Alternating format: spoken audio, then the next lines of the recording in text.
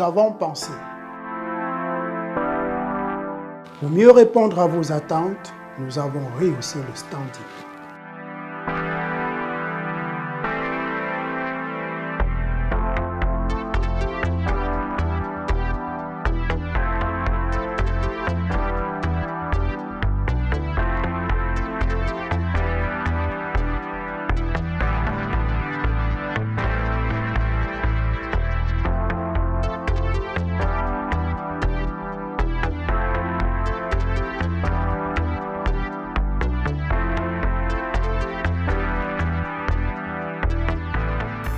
Hôtel Le Quai d'Orsay. Better than what you imagine. Au cours des 20 dernières années, le développement de l'Internet mobile a révolutionné notre façon de consommer la musique. Si en 2002, le CD représentait 90% des revenus du marché musical, aujourd'hui, le streaming, c'est 2/3 des revenus engrangés. Le monde change et pour vous accompagner, LOG Music Entertainment est une agence de distribution digitale qui permet aux artistes et labels de distribuer leur musique à travers le monde sur plus de 250 plateformes de streaming telles que Boomplay, Spotify ou encore Apple Music. Alors n'attendez plus et rejoignez la nouvelle ère, musicalement vôtre.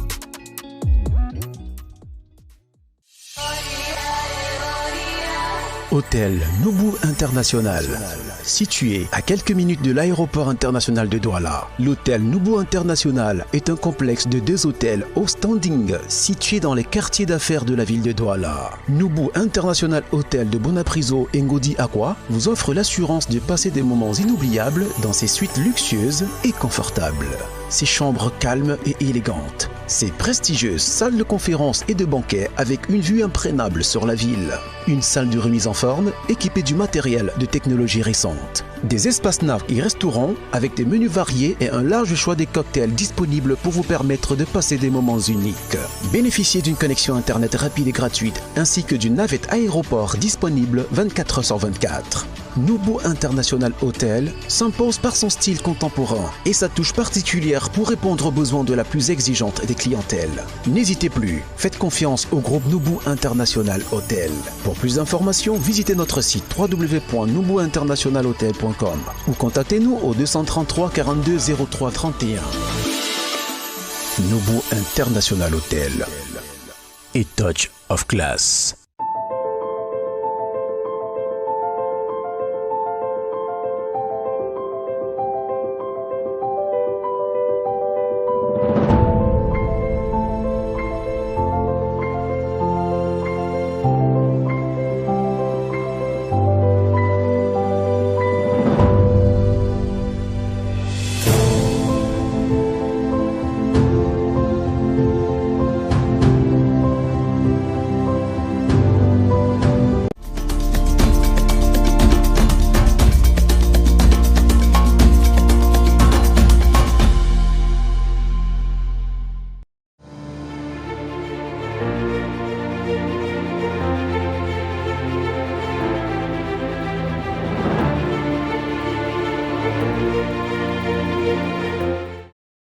Mesdames et messieurs, bonjour et bienvenue dans cette autre édition de votre émission Autant le dire. Nous sommes à Princeton, aux États-Unis, dans l'État du New Jersey. Nous sommes dans les jardins du Camerounais, le professeur d'université Patrice Nganan. Il est également écrivain, l'un des plus lus au monde parmi les écrivains camerounais. Il nous a fait l'amitié d'accueillir toute l'équipe de Naya TV ici dans ces jardins. Vous avez certainement reconnu sa fameuse table de travail, sa table jaune dans ces jardins. Alors je vous le dis tout de suite, hein, c'est la saison des cols roulés et des manteaux ici aux États-Unis. Il ne fait pas très très beau, vous ne m'avez certainement pas reconnu. J'ai dû troquer mon costume contre ce manteau, c'est pas grave. Patrice Nganan, bonjour. Bonjour. Merci infiniment Patrice de nous accueillir ici chez vous. Je le disais, c'est votre table d'écrivain. Oui. On l'a découvert dans les réseaux sociaux. C'est ici que vous travaillez très très souvent. Si, je travaille ici en fait lorsqu'il fait chaud. Oui. Il faut bien préciser parce qu'il ne fait pas. Lorsqu'il neige, je ne peux pas travailler ici. Absolument. Voilà. Voilà. Alors, votre activité, Patrice Nganan, je dois dire que ce n'est pas la première fois que je vous rencontre ici aux États-Unis. Il y a quelques années, je vous avais déjà rencontré ici aux États-Unis. Et depuis lors, il y a eu une évolution dans votre carrière de professeur. Si je ne m'abuse, vous êtes enseignant à la Stony Brook University et vous êtes désormais chef du département de littérature. Je suis chef du département d'études africaines, africaines-américaines et puis caribéennes. Donc, un peu de littérature, c'est vrai, je m'en occupe. Mais j'ai des collègues également qui enseignent l'histoire, qui enseignent la sociologie, qui enseignent l'anthropologie, etc. Les études transnationalisme. Voilà. Oui. Alors, et justement, votre travail de chef de département, c'est une évolution dans votre carrière, c'est ça? Peut-être. Il faut peut-être préciser aussi déjà que j'ai toujours très peu accordé d'importance à la carrière. Oui. Parce que, en fait, qui lit ce que j'écris se rend sans doute compte qu'il y a cette impulsion-là qui fait que j'accorde très peu d'importance à la carrière académique. C'est-à-dire, on pourrait d'ailleurs dire que je fais tout pour détruire ma carrière académique. Parce que, évidemment, lorsqu'on enseigne dans une université, il y a une obligation de réserve, il y a un protocole sur la participation dans les réseaux sociaux, il y a une déontologie et je ne respecte aucun de ces carnivals. Je ne l'ai d'ailleurs jamais fait. Et depuis que je suis aux États-Unis, ça a déjà été titulaire 2 fois. Mais ça a vraiment très peu d'importance. Ce qui est important pour moi, c'est l'écriture. L'écriture a toujours été au centre de ce que je fais. Et ça le démarre. Alors, et vous avez dit vous êtes le chef du département d'études africaines, c'est ça? Voilà, africaine-américaine et puis caribéenne. Alors, et dans votre université, c'est quoi un peu la composition des étudiants qui participent à ces enseignements sur l'Afrique? C'est plus d'Africains, c'est des Afro-Américains, c'est qui? Qu'est-ce que ça intéresse ici aux États-Unis de faire ce type d'études? Déjà, l'université est située à New York, n'est-ce pas? L'État de New York est grosso modo rural. New York City, c'est une ville cosmopolite, c'est vrai, mais c'est un îlot. La population estudiantine est à 60% asiatique. Voilà, c'est devrait être surprenant parce que New York a une population vraiment cosmopolite, mais mon université est certes cosmopolite, mais la majorité des étudiants viennent d'Asie du Sud-Est, de Chine, etc. Ça fait que c'est une conversation nouvelle que je découvre. J'y suis depuis 15 ans, alors ce n'est pas nouveau pour moi. Voilà, cependant, ça réoriente ma manière d'enseigner. Parce que il faut partir du fait que la manière de voir, par exemple, des Asiatiques, de l'Afrique, ou bien des Noirs est différente de celle que les Européens ont toujours eue. Et le cursus que nous avons, même en Afrique d'ailleurs, part d'habitude du fait que l'Europe soit au centre de nos préoccupations. Voilà, ce qui, ou bien dicte plus ou moins la vision que nous avons de ce que nous faisons, etc. Mais lorsque les gens évacuent l'Europe, d'emblée, le monde devient libre. Alors, et vous parliez de votre travail, vous êtes connu dans le monde plus pour vos écrits que pour votre travail de professeur d'université. Parlant justement d'écrits, il y a cet ouvrage qui est paru il y a quelques semaines aux éditions Teham. Et donc, c'est un livre c'est un symposium qui reprend un peu les actes d'un symposium qu'on a organisé sur votre œuvre. Alors, en tant qu'auteur, quand on organise tout un symposium pour parler de votre œuvre, comment se sent-on? C'est un accomplissement? C'est quoi? Comment vous percevez ça vous-même? C'est une preuve d'amitié d'abord. Parce que ce sont des amis et toute personne qui consacre une partie de son intelligence à l'analyse de ce que je fais est un ami, et même d'ailleurs un frère. Donc c'est une reconnaissance d'amitié, c'est plus ou moins une accolade. Donc c'était un travail familial. C'était 2 symposiums, l'un a eu lieu à Paris et à l'école normale, et puis l'autre a eu lieu ici à Princeton University. J'y étais présent, j'ai laissé parler tout le monde, c'est vrai. J'ai écrit 2 textes pour plus ou moins accompagner la publication de ce livre-ci. C'était en français et en anglais. C'était très plaisant, vraiment, il faut le dire. C'était très plaisant. Et j'en garde un très bon souvenir parce que justement, ça m'a permis de voir ce que je fais à travers le prisme de personnes qui ont consacré parfois des années. Voilà, parfois des années. Ici, je prends par exemple la traductrice de mon travail, Emeride. Elle le traduit depuis quand même depuis 23 ans. Donc, c'est un travail assidu, n'est-ce pas? Et donc, il y en a également qui font des tests dessus. Ça fait des années de travail sur ce que j'écris. Sur votre œuvre. Voilà. Alors, et quand on voit, vous parliez des frères, en regardant, en parcourant uniquement des noms, hein, je vois des noms là qui ne sont pas très camerounais. Ça veut dire que votre œuvre a dépassé un peu le cadre national, évidemment, parce que vous êtes lu un peu partout dans le monde, enseigné également. Et donc, qu'est-ce que globalement vous avez retenu de ce symposium où on parlait de votre œuvre? Est-ce qu'il y a eu un moment où il y a eu une critique sévère sur votre travail, ou alors c'était quoi? C'était plutôt alléluia, tout le monde? Non, la première des choses quand même déjà, c'est lorsque je suis entré en littérature, je savais que la littérature, c'est un peu le marathon. Oui. Et donc, c'est silencieux. C'est vraiment un pouvoir silencieux. En latin, on dirait que c'est potestas. C'est-à-dire, c'est un pouvoir qui ne s'articule pas par la force, qui n'apparaît pas dans les médias de manière sporadique, qui ne fait pas un travail d'influenceur, qui va être présent tous les jours. Non, c'est un travail de patience. Je dis d'habitude que j'écris sur les épaules des géants, d'éléphants en fait.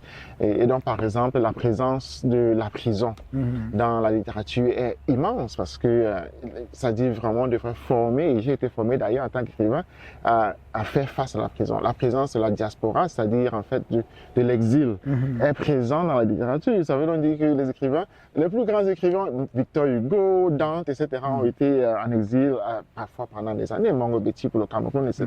Donc, il y en a peut-être qui voient la littérature comme étant une modalité pour passer à la télévision, pour être présent, etc. Non, moi, je l'ai toujours vu comme étant un travail silencieux qui permet un peu comme le travail d'un sculpteur.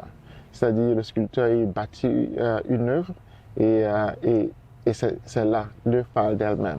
Le symposium permettait à ceux qui ont consacré un certain moment à ce travail-là de d'abord se connaître, n'est-ce pas? Et donc de bâtir ce genre de communauté, des gens qui se connaissent parce qu'ils ne se connaissaient qu'à travers des textes, n'est-ce pas? Ils se sont rencontrés pour la première fois. Et donc peut-être de constituer une amitié entre eux. C'est ce que j'appelle dans une famille. C'est une famille qui, un peu comme on ferait une table et on aurait ses amis autour de soi. Oui. Voilà, c'est un peu ce qui a eu lieu. Donc il était vraiment difficile que des gens qui viennent, qui ont passé parfois, ça a dû 20 ans, 25 ans à travailler sur ce que j'écris, n'est-ce pas, se retrouvent là à faire des déclarations à l'emporte-pièce, bien au contraire. Oui. Ce sont des gens qui sont des professeurs, qui sont installés par-ci, par-là. Donc c'était un travail de réflexion qui m'a permis aussi de voir une certaine symphonie dans ce que je fais et puis d'essayer de voir dans quelle mesure je peux être la dimension de cette intelligence-là qui a été consacrée à mon travail, mais aussi dans quelle mesure je peux clore ce chapitre-là pour ouvrir un autre. Oui. Parce que déjà, lorsqu'il y en a qui s'asseyent pour réfléchir sur un travail que j'ai écrit quand même pendant certaines décennies, ça veut dire que c'est un travail qui est en train de se clore. Et donc, la balle est de mon côté. Il faut maintenant ouvrir un autre chapitre. Oui. Alors, on sait, vous me corrigerez si je me trompe, que vous êtes un admirateur de Wole Soyinka, du Nigeria. Voilà. Vous avez également une profonde admiration pour Mongo Betty et tout. Voilà. Alors, aujourd'hui, est-ce que vous considérez que votre carrière d'écrivain, vous avez réussi une espèce d'accomplissement au regard de la trajectoire de ces deux géants que je viens de citer? Il y a une lecture un peu différente. Du moins, l'écrivain lit toujours sa carrière de manière différente. C'est-à-dire qu'il y a un certain nombre de choses que l'on aimerait avoir quand même sécurisées dans ses livres. Parce qu'on a vraiment, si on prend au total, on a peut-être 30 ans de créativité. Et donc, on aimerait avoir dit un certain nombre de choses. Et moi, j'ai toujours estimé que la culture dont je viens, et que je maîtrise mal parce que je suis né à l'extérieur de cette culture-là pour plusieurs raisons. La première raison, c'est que je suis né à Yaoundé, qui est un espace diasporique par rapport à la culture baranté, par rapport à la culture bamileke, mais aussi dû au fait que les bamileke en général sont diasporiques parce que c'est un peuple de migrants qui est en réaction par rapport, n'est-ce pas, à la culture de Sokoto, à l'islamisation, n'est-ce pas, qui a plus ou moins pris une position défensive. Et donc, comprendre cette dynamique-là déjà historique a été un travail fou, n'est-ce pas? Parce qu'il fallait déjà savoir d'où je viens. Oui. Des épisodes, des petits épisodes comme par exemple le génocide de 60-70 ou même la guerre en Amazonie depuis 2017 sont des petits épisodes qui ajoutent, n'est-ce pas, du leurre à une migration qui est beaucoup plus grande, qui fait que on se retrouve avec, venant du Cameroun, la diaspora la plus grande à l'extérieur du pays. Oui. Qu'est-ce que ça veut dire pour moi? Ça veut donc dire qu'il fallait à un certain moment écouter cette diaspora-là, c'est-à-dire en Europe, aux États-Unis, au Canada, en Afrique, bien sûr. Parce que il y a des choses que ceux qui sont dans la diaspora ne peuvent plus dire au Cameroun, étant donné qu'ils ont été exclus du Cameroun, n'est-ce pas? Et donc faire cette concaténation du récit-là a demandé du temps. Et lorsque je lis mon propre travail, je vois comment de mes premiers romans au dernier, n'est-ce pas, j'apprends des choses et ça apparaît également dans mon propre travail. Donc, pour revenir à la question sur Soyinka, ils m'ont enseigné, et puis mon métier m'a enseigné quand même la nécessité d'être systématique. C'est-à-dire qu'il faut déjà au départ avoir ne serait-ce qu'un concept de ce qu'on veut faire. Voilà, qu'est-ce que tu veux faire? Sur quoi est-ce que tu veux écrire? Donc, quelle est l'articulation de ce que tu veux faire en général?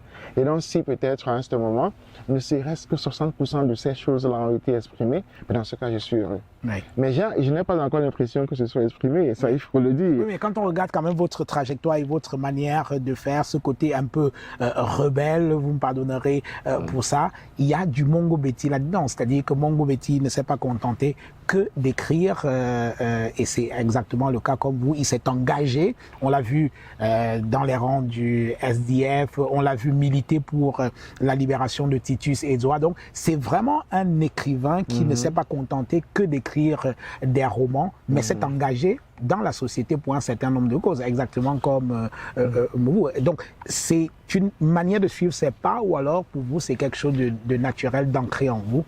Bon, du moins on peut dire que l'écrivain Bamileke que je suis écrit un peu assis sur des braises. Et donc ça fait que il y a un peu cette urgence, la sensation du moins qu'on est menacé. En fait, vivre à Yaoundé, déjà, c'est vivre menacé. Ça y est, c'est vivre sur un terrain ennemi. Lorsqu'on a grandi à Yaoundé, on sait que... je veux dire, il suffit de compter le nombre de Bamileke qui sont en prison pour rien à Yaoundé. En plein Yaoundé, aujourd'hui, pour savoir que c'est un terrain ennemi. Oui, mais ils sont en prison parce qu'ils sont Bamileke. Oui, bien sûr, ils le sont. Ils le sont parce que l'articulation de ce que c'est qu'un intellectuel Bamileke met déjà quelqu'un en danger. Et donc, je reviens sur Mongo Betty. Sa prise de parole était une parole de défense des Bamileke. Donc, même parce que le Cameroun ne peut pas être lu autrement que dans la présence d'une personne qui n'est pas Bamileke, qui prend cause pour la défense des Bamileke. Ce qui est tout à son honneur. Justement, c'est ça l'intellectuel, dirait-on, n'est-ce pas? Et donc, Wole Soyinka, bien sûr, c'est la guerre du Biafra, c'est-à-dire, mais il n'est pas Igbo. Il est Yoruba, donc il s'engage lui aussi pour défendre un groupe auquel il n'appartient pas. Donc c'est une générosité qui j'estime est plus ou moins le squelette de ce que c'est que, je dirais, un intellectuel, n'est-ce pas? Mais un écrivain écrit des romans, fabrique une œuvre qui est beaucoup plus grande que celle qu'écrit un intellectuel. Parce que là, ce sont des prises de position par rapport aux causes. À côté de ces causes-là que l'on défend, il y a un travail de constitution même d'une parole qui doit être fait. C'est-à-dire un sculpteur, par exemple, peut de manière sporadique s'engager dans la défense de X, Y, Z. Cependant, il y a une sculpture également qui doit être bâtie. Et ça, c'est le travail qu'on appelle une œuvre. Donc, dans ce travail-là, j'estime que je viens d'un peuple qui, quand même, a cette reconnaissance singulière d'être artistique. C'est-à-dire qu'on parte à New York, qu'on parte à Washington DC, qu'on parte à Paris, etc., à Berlin, les premières œuvres qui viennent d'Afrique centrale, n'est-ce pas, sont les œuvres Bamileke. Les œuvres les plus chères d'ailleurs sont les œuvres Bamileke. Les œuvres les plus présentes sont les œuvres Bamileke. Cependant, ce qui manque, ce sont des écrivains qui articulent la philosophie qui se retrouve derrière ces œuvres-là. Et même par-delà ces œuvres-là qui présentent le peuple qui a fabriqué ces œuvres-là, n'est-ce pas? Quelle est leur manière de vivre, quelle est leur manière de se regarder, n'est-ce pas? Quelle est leur culture en général?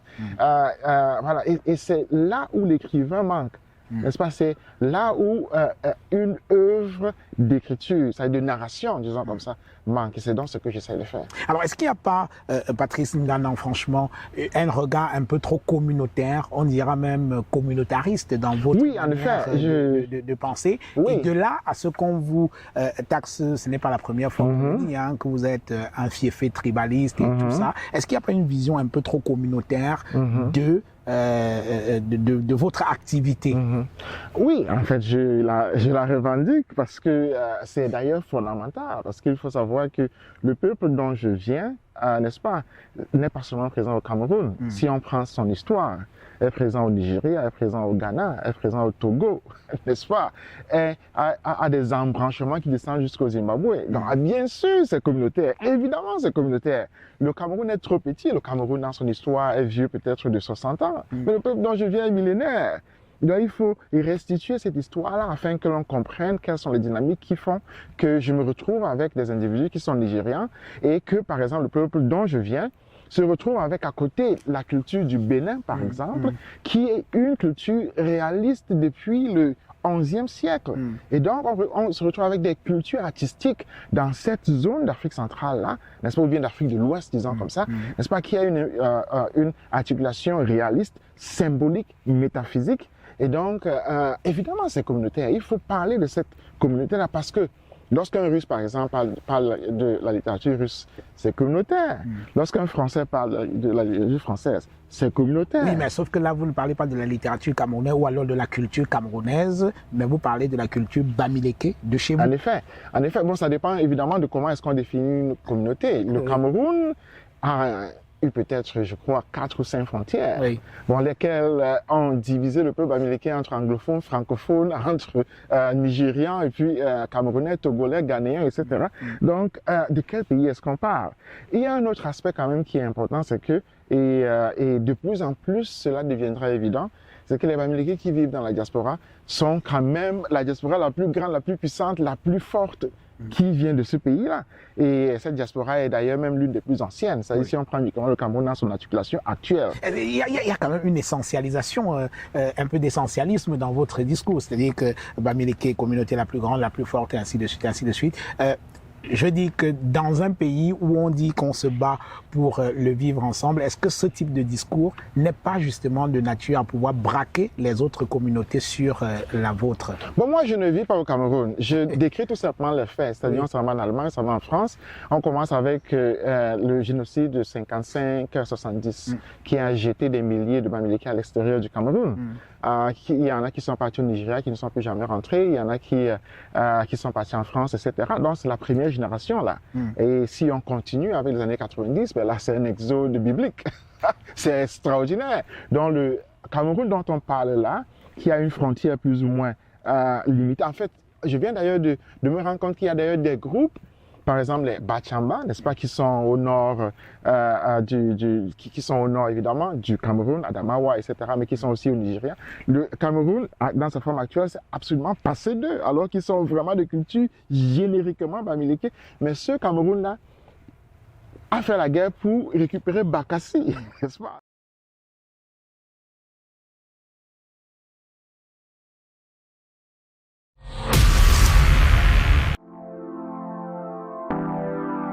Nous avons pensé.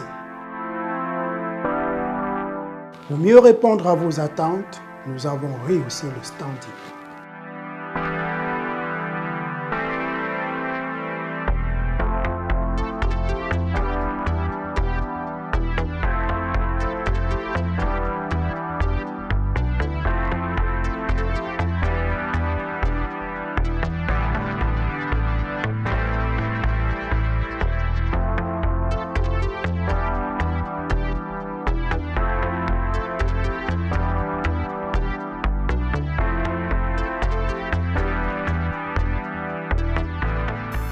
Hotel Le Quai d'Orsay. Better than what you imagine. Au cours des 20 dernières années, le développement de l'Internet mobile a révolutionné notre façon de consommer la musique. Si en 2002, le CD représentait 90% des revenus du marché musical, aujourd'hui, le streaming, c'est 2/3 des revenus engrangés. Le monde change et pour vous accompagner, LOG Music Entertainment est une agence de distribution digitale qui permet aux artistes et labels de distribuer leur musique à travers le monde sur plus de 250 plateformes de streaming telles que Boomplay, Spotify ou encore Apple Music. Alors n'attendez plus et rejoignez la nouvelle ère, musicalement vôtre.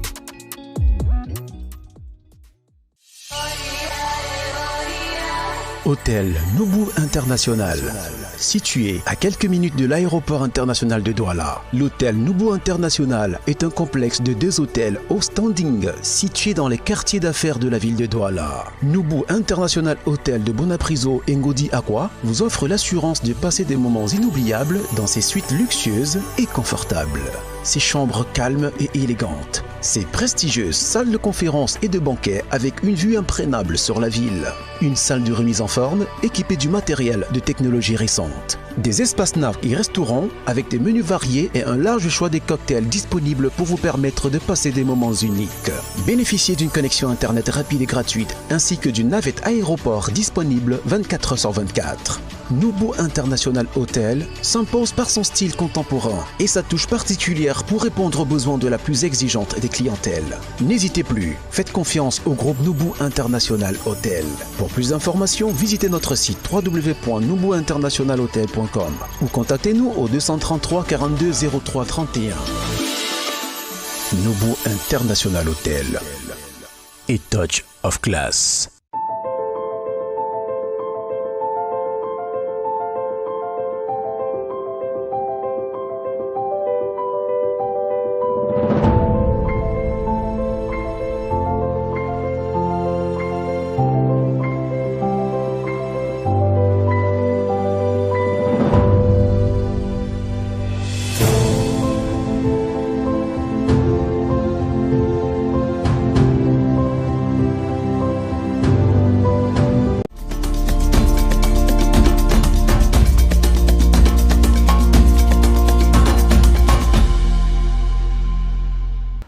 Voilà, donc retour dans cette émission avec notre invité Patrice Nganan. Il est professeur à la Stony Brook University ici aux États-Unis. Nous sommes ici à Princeton dans sa résidence, dans son jardin. Vous avez certainement reconnu son fameux banc d'écriture ici dans ses jardins. Alors Patrice Nganan, nous parlions de votre œuvre et vous avez décidé d'écrire votre biographie en anglais.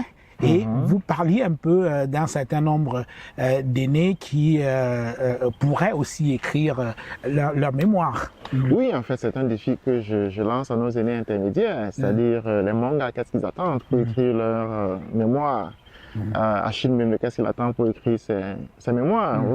Il y a nos aînés qui sont morts, n'est-ce pas? Ebou Sibolaga, il n'a jamais écrit ses mémoires. Chacun aurait bien voulu savoir quel a été son parcours pour arriver à comprendre d'où ces concepts sont venus, n'est-ce pas? Et ils ne sont pas seuls. On pourrait prendre tout simplement l'Afrique comme base de départ, et même d'ailleurs nos propres parents.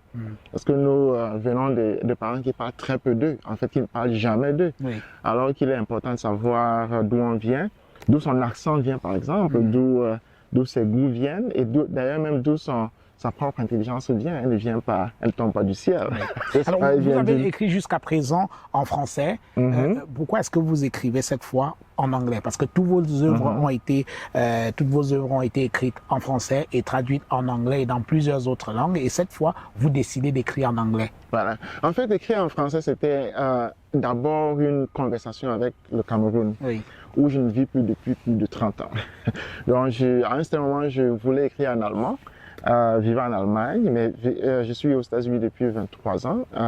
Et là, il était temps de prendre au sérieux les États-Unis, c'est vrai, n'est-ce pas, de commencer à converser avec ce pays où je vis.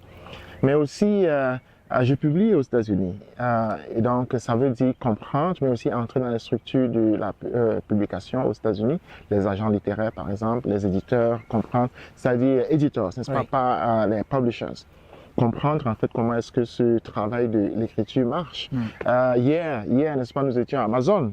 C'est le futur qui se structure, n'est-ce pas? Comment est-ce que le futur, Amazon qui a été structuré autour du livre. Grand distributeur mondial des livres aujourd'hui. Oui. Voilà, et donc comment est-ce que je suis en train de reprendre d'ailleurs même ton mot, et comment est-ce que le livre du futur est en train de se structurer et pourquoi est-ce que moi qui vis aux États-Unis ne ferais pas partie de cette structuration-là. C'est pourquoi j'ai tout simplement décidé de commencer à prendre l'anglais au sérieux. Mais l'impulsion, évidemment, c'est ce qui s'est passé au Cameroun. Parce que le traitement des anglophones au Cameroun est tout simplement génocidaire. Et partant de là, je pense d'ailleurs que le futur du Cameroun est anglophone. Et donc, j'aimerais faire partie de ce futur-là. C'est pourquoi. Alors, vous parliez d'un certain nombre d'aînés intermédiaires, comme vous les appelez, qui n'ont pas encore écrit leur biographie. Est-ce que l'écriture de sa propre biographie ne signifie pas un peu la fin d'un parcours? Vous n'avez que 54 ans. Et vous avez encore tellement de choses à faire. Quand vous écrivez déjà vos biographies, on a l'impression que vous venez de mettre un terme à votre carrière littéraire. Ce n'est pas petit, 54 ans. C'est beaucoup, hein? C'est pas même mal, mais... L'espérance de vie au Cameroun, c'est 50. Vous vivez aux États-Unis. Voilà. Bon, disons que les aînés que moi j'ai ne sont pas seulement camerounais. Oui.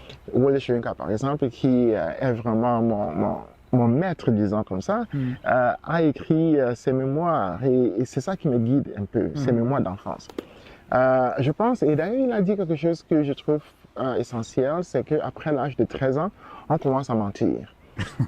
C'est-à-dire on commence à mentir sur soi parce qu'on veut épargner plus ou moins ceux qui vivent encore, avec qui on a passé ces âges adultes, d'adolescence, etc. Mais l'âge d'enfance, c'est un âge vraiment où on se dit encore la vérité et où on a l'impression qu'on est pris en main par la communauté en général. Parce qu'en fait, on a une certaine intentionnalité qui n'est pas encore manifeste. Son père, sa mère, ses amis ont beaucoup plus d'influence sur qui on sera. Donc c'est ce moment-là. Pour ce qui concerne, parce que je suis né et j'ai grandi à Yaoundé, donc comme Kana, voilà. 13 ans, 14 ans, c'est 1984. Donc c'est le coup d'État, n'est-ce pas? C'est une violence extraordinaire qui s'est déversée sur une population camerounaise et autour de nous. Et donc j'ai grandi avec ça. Élève au CS Nguaikele et donc traversant la gendarmerie, n'est-ce pas? Et donc voyant des chars, voyant des morts, etc. Donc c'est une histoire qui a sans doute structuré ma manière de voir les choses parce que c'est un génocide qui s'est passé devant moi. Parce que c'était l'intentionnalité d'en finir avec un groupe bien précis. Et je crois que ce moment-là a structuré ma manière de voir le Cameroun déjà, avec distance. Avec une vue de la criminalité qui se cache derrière des gens qui portent des vestes. Et donc je crois que ça ne m'a pas quitté. Ça n'a pas quitté d'ailleurs ma manière d'écrire. Et donc c'est cette enfance-là qui découvre les choses, qui découvre Yaoundé. Et Yaoundé à l'époque c'était beaucoup plus petit. Mais Yaoundé même dans ma langue on appelle ça Ongola. Donc c'est le pouvoir, c'est le centre, c'est le décisionnaire. Yaoundé n'est rien sans l'administration. Donc, et mon père travaillait au ministère de l'administration territoriale qui organisait les élections à l'époque. Voilà. Il était bibliothécaire dans cette structure. C'est une histoire qui, plus j'y réfléchis, plus je me rends compte, est quand même significative. J'ai gagné en Komkana, dans un espace Bazou, qui est l'excroissance, n'est-ce pas, de Bazou qui a été brûlé durant le génocide. Et Ouandie, c'est-à-dire la forêt de Tungu, c'est où mon père est né. Et la forêt de Tungu, c'est l'espace qui était le QG d'Ernest Ouandie. Donc, sans même le vouloir, je me rends compte que le silence de mes parents est parlant parce que c'est un silence qui est celui qui a structuré la communauté qui était autour de moi, le Ngem, le Ngoum, etc. Ça veut dire beaucoup de choses dans mon entourage. Et donc, raconter ça, c'est un peu dire qui je suis. L'enfance devient automatiquement l'histoire même du Cameroun. Sans que votre biographie ne signifie le terme de votre création littéraire. Oui, en fait, les deux sont liés parce que j'ai quand même grandi dans une bibliothèque. Et donc, j'ai commencé à écrire, pas parce que j'ai découvert l'écriture par amour, mais parce que j'ai commencé à lire très tôt. Et j'ai commencé aussi à me rendre compte que les biographies d'écrivains, c'est-à-dire, m'ont toujours intéressé, de Victor Hugo, Alfred de Musset, ça m'intéressait de savoir comment est-ce qu'il vivait. Et j'ai toujours estimé que Marcel Proust, etc. Donc, j'ai toujours estimé qu'il était important de se raconter. Et ne serait-ce que afin que les gens qui, lorsqu'on ne sera plus là, que les gens comprennent que ce qu'on a fait a eu un certain sens. Même si ça n'a pas marché, au moins on a eu une bonne intention derrière ce qu'on faisait. Oui.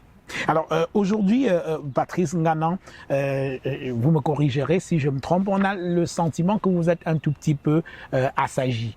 Il y a quelques années, et je le voyais encore dans cet ouvrage consacré à votre œuvre, les actes d'un symposium consacré à votre œuvre, j'ai vu des photos de vous avec Malox, et je me souviens de cette époque où vous veniez au Cameroun construire des ponts, vous étiez vraiment très très engagé, on vous a vu aux côtés des étudiants de l'ADEC, même quand ils sont allés en prison, vous avez continué à les soutenir, y compris financièrement, à travers des textes et tout, et depuis un certain temps, on vous sent un peu replié sur vous-même, même si de temps en temps vous faites quelques sorties comme vous savez les faire et tout.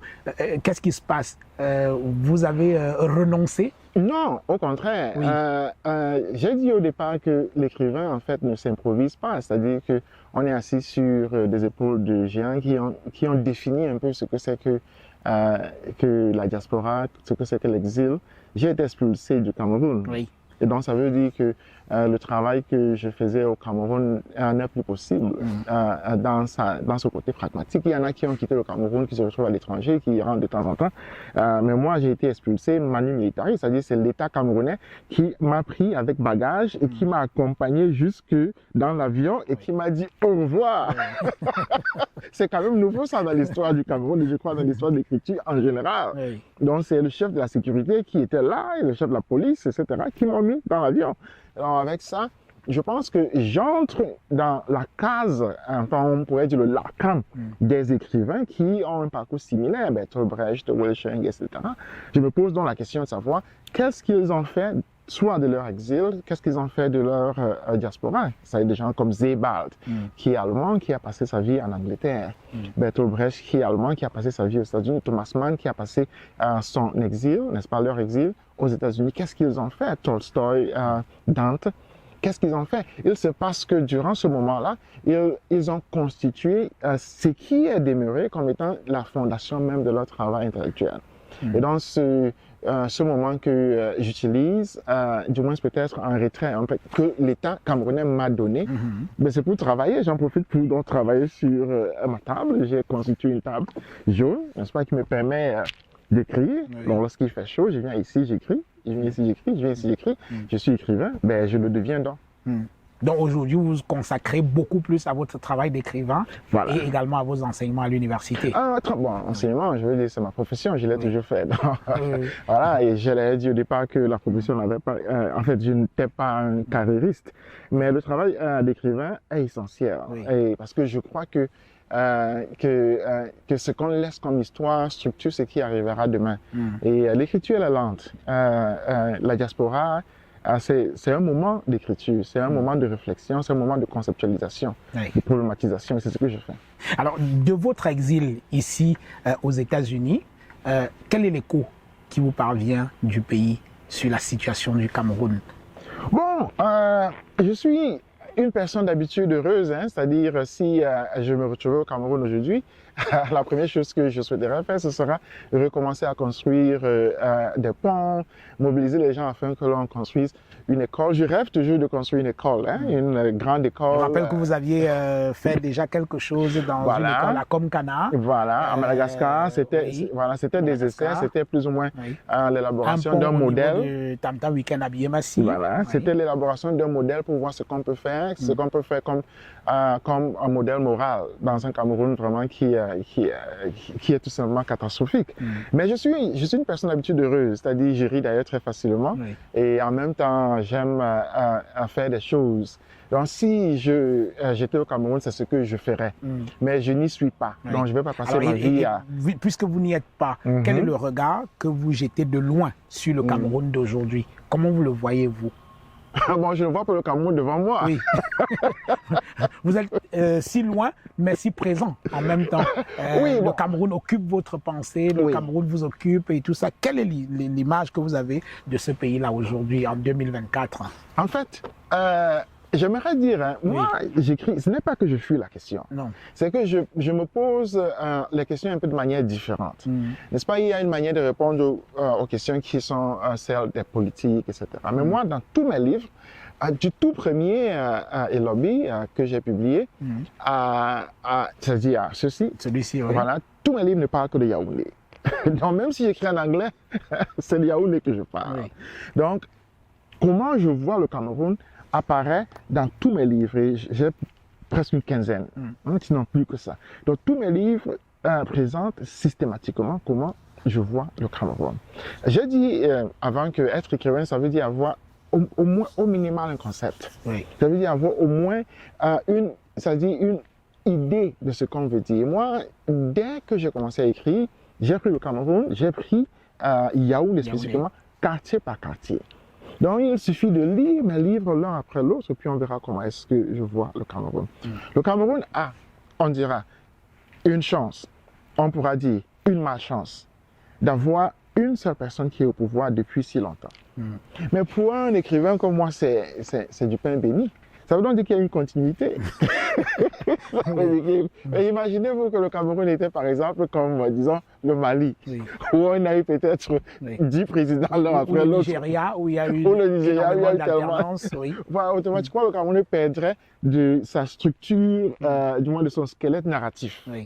Au point d'écrivain, ce qui est important, c'est le squelette narratif. Donc, nous avons un personnage dont il faut bien sûr à un certain moment se passer. À un certain moment, j'ai pris des positions politiques qui ont explicité comment il fallait le faire.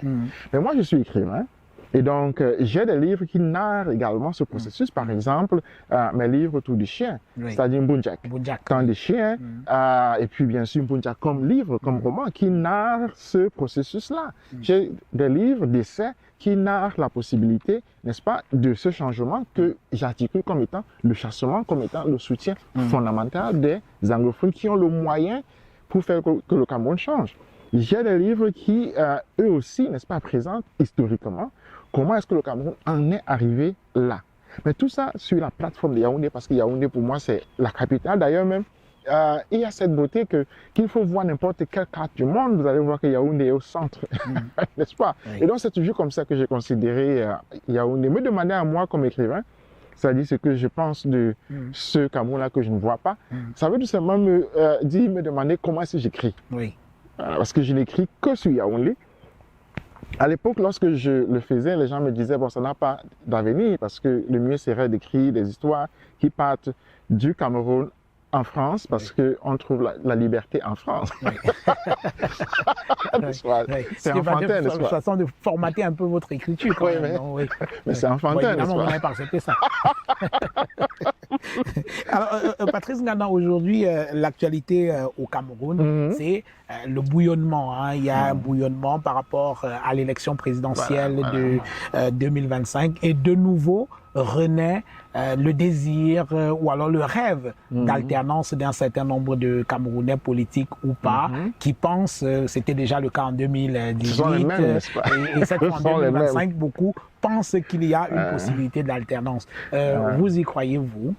N'est-ce pas? Moi, je crois que je serais très heureux si Biya était arrêté, il était jugé, il était condamné, il était mis en prison. Et je crois qu'en fait, je peux aller beaucoup plus loin que ça. Il n'y a pas de raison pour ça. Comment ça, il n'y a pas de raison pour ça? Les crimes qu'il a commis déjà. Élection à laquelle on va participer et il sera probablement candidat. Non, je n'ai pas l'obligation de suivre le programme politique. Je n'ai pas l'obligation de suivre le calendrier électoral, n'est-ce pas? J'ai grandi au ministère de l'administration territoriale qui organisait des élections. Donc j'ai commencé à aller lorsque j'avais 10 ans. Et d'ailleurs, même, l'un de mes oncles était ministre de l'administration territoriale. Et donc, Mkwayep. N'est-ce pas? Bazou. Et donc il a fini à l'ONEL. Voilà. Qui organisait des élections. Il n'y a donc rien que le programme, n'est-ce pas, politique ou bien que le calendrier électoral puisse me dire qu'il soit surprenant. Parce que ce programme, ce calendrier ont fabriqué le Cameroun que nous voyons aujourd'hui. Ce Cameroun qui recommence justement exactement ce qu'il a fait dans l'espace Bazou, il le recommence à Bamenda. Et donc, on ne peut pas vouloir que, à 54 ans, n'est-ce pas, que je me retrouve encore en train de me poser des questions auxquelles j'avais déjà trouvé des réponses à 14 ans. Alors, quand on vous écoute, on a l'impression que le Cameroun est condamné. Non, ce serait quand même extraordinaire. Ce serait une insulte totale par rapport au peuple camerounais. Parce que là, vous douchez les espoirs de milliers de Camerounais qui s'inscrivent massivement sur les listes électorales, enfin, je l'espère, qui sont en train de s'inscrire en tout cas sur les listes électorales et qui veulent aller en découdre dans les urnes en 2025 dans l'espoir d'avoir autre chose. Et vous leur dites que ce n'est pas possible. Mais le Cameroun est captif. Il y a cette histoire, n'est-ce pas, d'un verre d'eau. Si on vous donne un verre d'eau sale toute votre vie, vous allez certainement tomber malade, mais il vous faudra beaucoup réfléchir pour vous rendre compte que c'est l'eau sale qu'on vous donnait tout le temps qui vous rend malade, parce que c'est cette eau-là que vous buvez. Oui. Et alors, lorsque vous allez voir à côté des gens qui boivent de l'eau claire, vous serez surpris déjà parce que votre goût aura été structuré par cette eau sale. Vous serez surpris par le goût de l'eau claire. Voilà. C'est ce qui arrive au Cameroun. On ne peut pas me demander à moi, qui suis écrivain, n'est-ce pas, qui travaille sur le marathon, c'est-à-dire sur la lenteur, d'avoir une appréciation du moins d'un phénomène répétitif. Les élections anticipées, les mêmes candidats, n'est-ce pas, la même routine, ne peut évidemment produire que les mêmes résultats. Oui. Mais ce n'est pas d'impatience, c'est tout simplement me dire que en tant qu'écrivain, qui a grandi au ministère de l'AT, qui aujourd'hui aurait Elekam comme son chapitre, n'est-ce pas, je ne peux que regarder soit avec stupéfaction, soit instamment, parce que j'ai été exclu du Cameroun, n'est-ce pas. C'est-à-dire, lorsque j'y étais encore, mais j'ai apporté certaines solutions. J'ai dit, faisons ceci, parce que c'est banal. Oui. Par exemple, les partis politiques ne peuvent pas attendre 7 ans pour revenir sur la scène politique, se mettre à faire, comme on dit au Cameroun, des propositions. C'est quand même ridicule. J'ai dit, pendant ce temps-là, occupez-vous, balayez les rues, regardez un peu voir, tout est sale ici. Occupez-vous. N'est-ce pas, faites quand même un travail communautaire. Et on fait comment après? Mais occupez-vous déjà pendant ces 7 ans-là, ça y est, réveillez, en fait, manière de dire, réveillez votre imagination politique, réveillez même votre imagination sociale, votre imagination culturelle, travaillez là-dessus, parce que réunir des gens ne veut pas dire uniquement préparer une échéance, comme on dirait, non, ça veut dire tout simplement leur donner une certaine occupation permanente. Et c'est à quoi d'ailleurs un parti politique, un mouvement d'ailleurs, servirait. Bon, le Cameroun peut-être n'est pas encore à cette dimension-là, c'est-à-dire les gens sont absolument captifs d'une manière vraiment structurelle. Voilà, et donc ça se manifeste dans le fait que les gens copient, les gens imitent, les gens ne peuvent pas se représenter la vie autrement, mais aussi en même temps, il y a un abandon de ceux qui posent des actes de courage. C'est-à-dire, on voit des jeunes, on les arrête, n'est-ce pas, on les met en prison pendant 7 ans, les Bébou Nissak, etc., qui n'ont absolument rien fait. Mais le fait, ce n'est même pas seulement qu'ils sont abandonnés en prison, c'est que ceux qui ont été avec eux dans un parcours qui les a menés en prison font comme s'ils n'existaient plus. C'est-à-dire que le travail de ceux qui étaient avec eux, c'est tout simplement de faire quelques cotisations pour leur acheter un matelas afin qu'en prison, ils soient à l'aise. Donc leur vie est absolument coupée de la liberté et puis chacun s'en arrange. Donc avec ça, je veux dire, tout écrivain ne peut pas passer son temps, n'est-ce pas, à pleurer.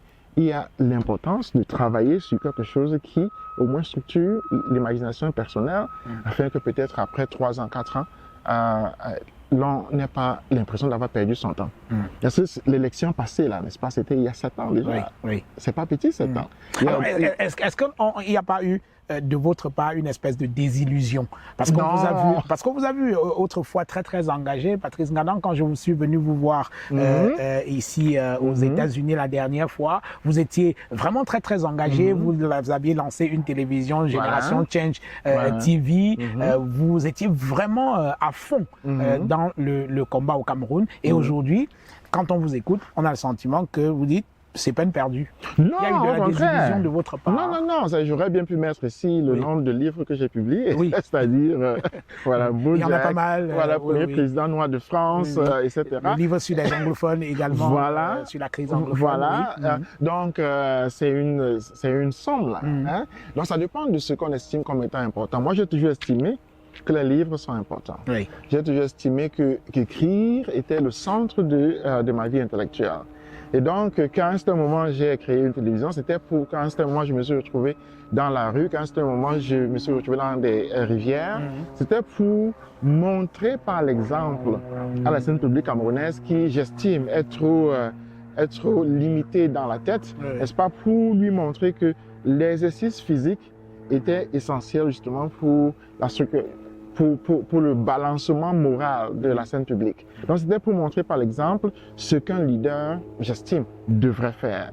Lorsqu'un leader qui se retrouve chez lui à faire des conférences de presse, etc., bon, qui n'a jamais été dans un marigot, qui n'a jamais été, du moins dans ce moment de sueur collective, moi j'estime qu'il lui manque cette touche-là qui fait qu'il puisse structurer le futur dont le Cameroun a besoin. Le Cameroun est administré et administrativement structuré.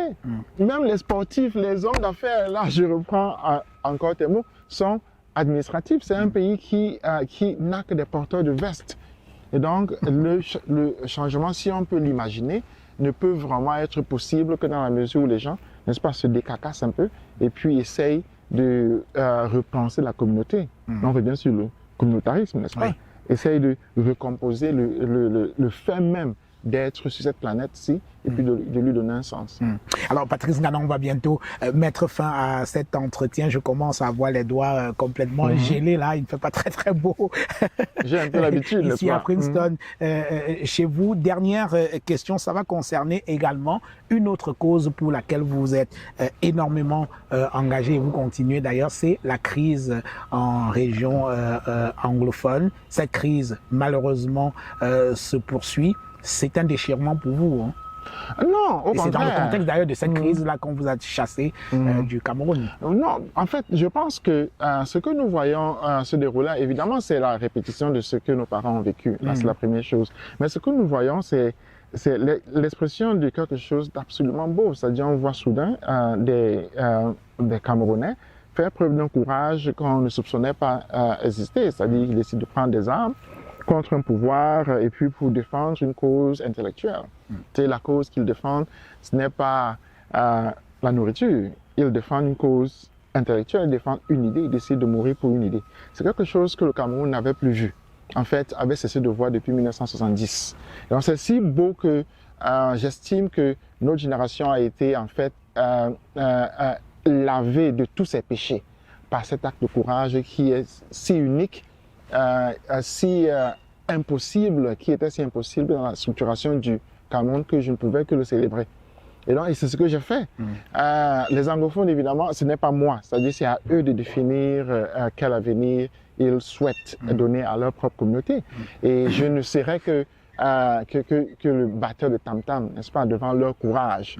J'essaierai de faire, et j'essaie de faire ce que Mongo Betty a fait pour les Bamileke, par exemple, c'est-à-dire d'être celui qui, à partir de l'extérieur de leur propre communauté, essaye de présenter le plus clairement possible ce qu'ils veulent, afin que chacun comprenne qu'on ne peut plus retourner sur le Cameroun d'avant, comme si eux là, qui devant nous ont fait preuve de courage, n'existaient pas et n'avaient pas posé ces actes de courage-là. Patrice Nganan, merci. Merci beaucoup.